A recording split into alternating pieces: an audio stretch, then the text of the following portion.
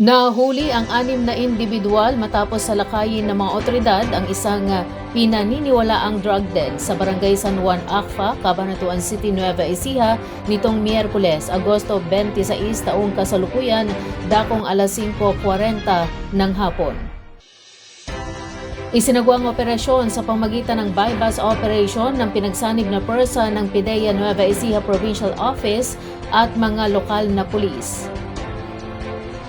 Ayon sa PIDEA Nueva Ecija Provincial Office, ang mga naaresto ay kinilala sa kanilang mga alias na sina Linlin, 26 anyos, babae; JM, 23 anyos, lalaki; Dan, 34 anyos, lalaki; Rian, 29 anyos, lalaki; Binoy, 18 anyos, lalaki; at Tonyo, 22 anyos, lalaki. Nasamsam sa isinagawang operasyon ang kabuang 9 na piraso ng transparent plastic sachet na naglalaman ng humigit kumulang 11 gramo ng hinihinalang shabu na tinatayang nagkakahalaga ng 74,800 pesos. Bukod dito, nakumpiska rin ang iba't ibang drug paraphernalia at ang ginamit na bypass money bilang bahagi ng mga ebidensyang nakuha sa operasyon. Dinala ang mga naarestong individual sa kustudiyan ng mga otoridad para sa kaukulang proseso at paghahain ng kaso. Nahaharap ang mga suspek sa mga kasong paglabag sa Republic Act 9165 o Comprehensive Dangerous Drugs Act of 2002. Patuloy naman ang imbestigasyon ng mga otoridad upang matukoy ang iba pang posibleng sangkot at mapalawak ang operasyon laban sa ilegal na droga sa lugar.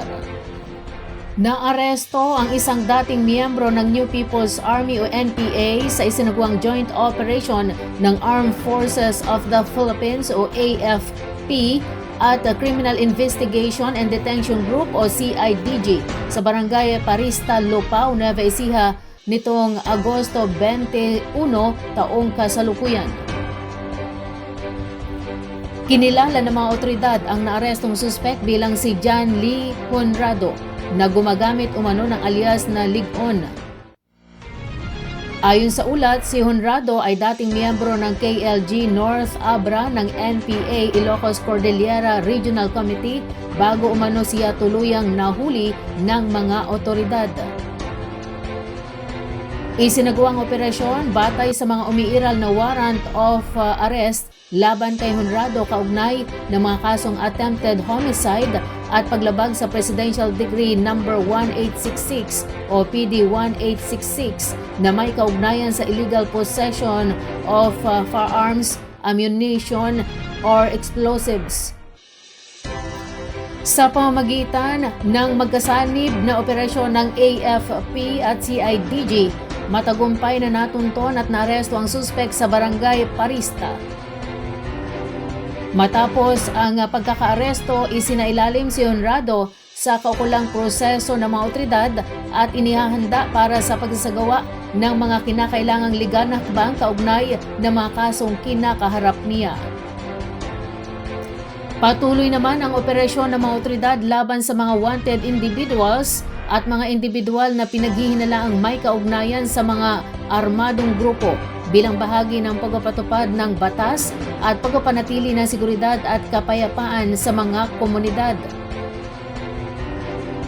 Ang pagkakaaresto kay Honrado ay bahagi rin ng patuloy na koordinasyon ng mga security forces sa pagtukoy sa mga wanted persons at mga individual na may kinakaharap na seryosong kasong kriminal. Isinagawa nitong Agosto 28 taong kasalukuyan ng Office of the Municipal Civil Registrar ang isang seminar on civil registration at awarding of free PSA copy of Certificate of Live Birth para sa mga daycare pupils na kasalukuyan naka-enroll sa 3 daycare centers sa Barangay Bugnan, Gabaldon, Nueva Ecija.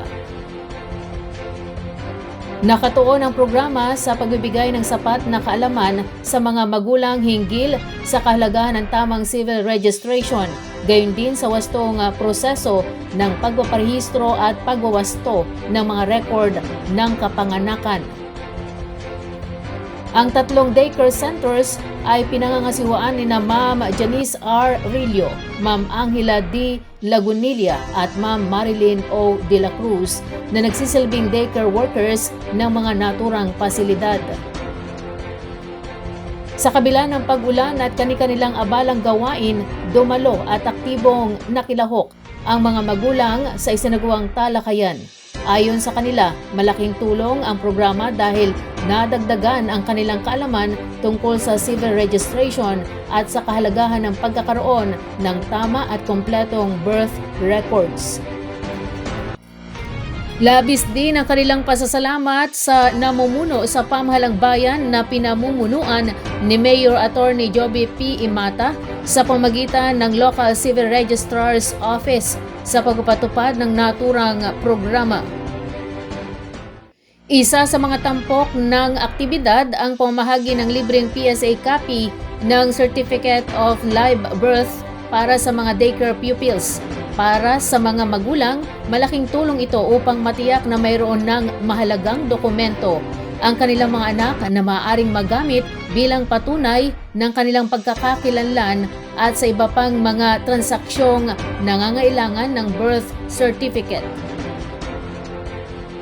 Binigyang pansin din sa programa ang mga batang nagkaroon ng negative certification o yaong walang matagpuang nakatalang birth registration. Sa halip na matapos lamang sa naturang resulta, binigyan ng pagkakataon ng mga magulang na maunawaan ang mga kinakailangang hakbang at makapagsimula ng proseso para sa kaukulang pagpaparehistro ng kanilang mga anak. Mahalaga rin ang naging talakayan hinggil sa mga pagkakamali o maling impormasyon sa rehistradong Certificate of Live Birth. Ipiliwanag sa mga dumalo ang mga posibleng remedyo at prosesong maaaring isagawa upang maitama ang mga record alinsunod sa umiiral na mga alituntunin.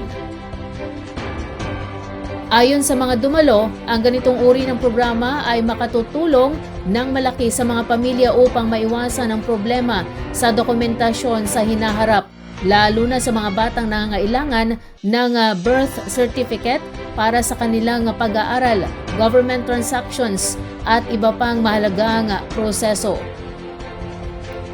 Sa pamamagitan ng patuloy na information drive at serbisyong inilalapit sa mga mamamayan, layunin ng Local Civil Registrar's Office na matulungan ang mga magulang na magkaroon ng wastong kaalaman at tiyaking maayos, tama at kompleto ang civil registration records ng kanilang mga anak.